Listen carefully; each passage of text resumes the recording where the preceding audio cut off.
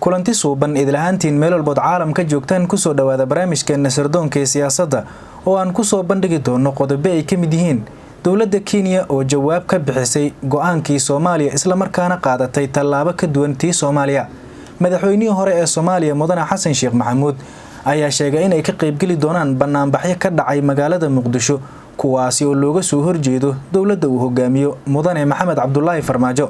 qodobada iyo kuwa kale ayaad ku daawan doontaan ku soo dhawaada barnaamijka. madaxweynihii hore ee Soomaaliya mudane Xasan Sheekh Maxamuud ayaa shaaca ka qaaday in midowga musharaxiinta ay ka qayb gali doonaan banaanbaxyada ka socda magaalada Muqdisho ee looga soo horjeedo hanaanka uu doorashada dalka u maamulayo madaxweynaha Jamhuuriyadda Soomaaliya mudane Maxamed Cabdullaahi Farmaajo. waxaan ognahay in xalay dad shacab guryahooda loogu dhacay iyada oo lagu eedeynayo banaanbaxyada ay qorsheynayeen ayaa uu yiri madaxweynihii hore ee Soomaaliya Xasan Sheekh Maxamuud.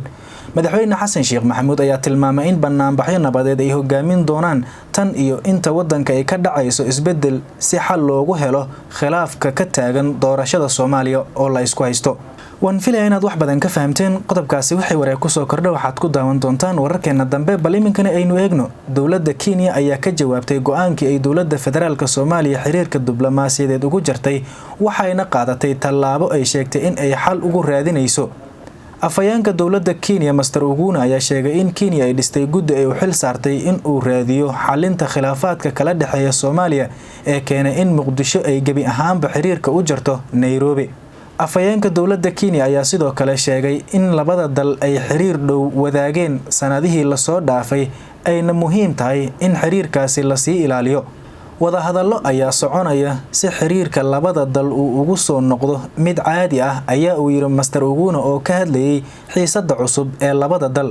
waxaa jira guddi loo xil saaray eegidda arrimaha soo kala dhexgalay labada dal ee wadaaga taariikh badan ayaa uu yiri afayeenka dawladda Kenya Master Uguna.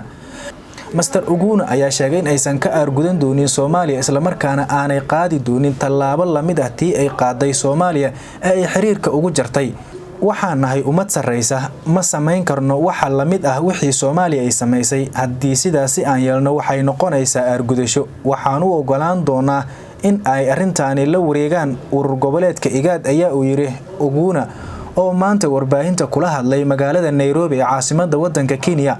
war ka soo baxay xukuumadda Soomaaliya ayaana waxaa lagu amray in diblomaasiyiinta Kenyaanka ka jooga Soomaaliya in ay dalka uga baxaan muddo 7 maalmood ah. sidoo kale waxaa lagu amray in kuwa Soomaaliya u jooga Nairobi ay dalka dib ugu soo laabtaan. wasiirka warfaafinta dawladda federaalka Soomaaliya Cismaan Abuukar Dube oo warbaahinta dawladda kala hadlay ayaana sheegay in dawladda Soomaaliya ay qaadatay go'aankan si ay uga jawaabto xadgudubka siyaasadeed iyo faragelinta qaawan ee Kenya ku hayso madax bannaanida dhuleed ee Soomaaliya. go'aanka dawladda federaalka Soomaaliya ayaana ku soo beegmay xilli dawladda Kenya ay casuuntay madaxweynaha maamulka Somaliland kaasi oo 3 maalmood ku sugan magaalada Nairobi.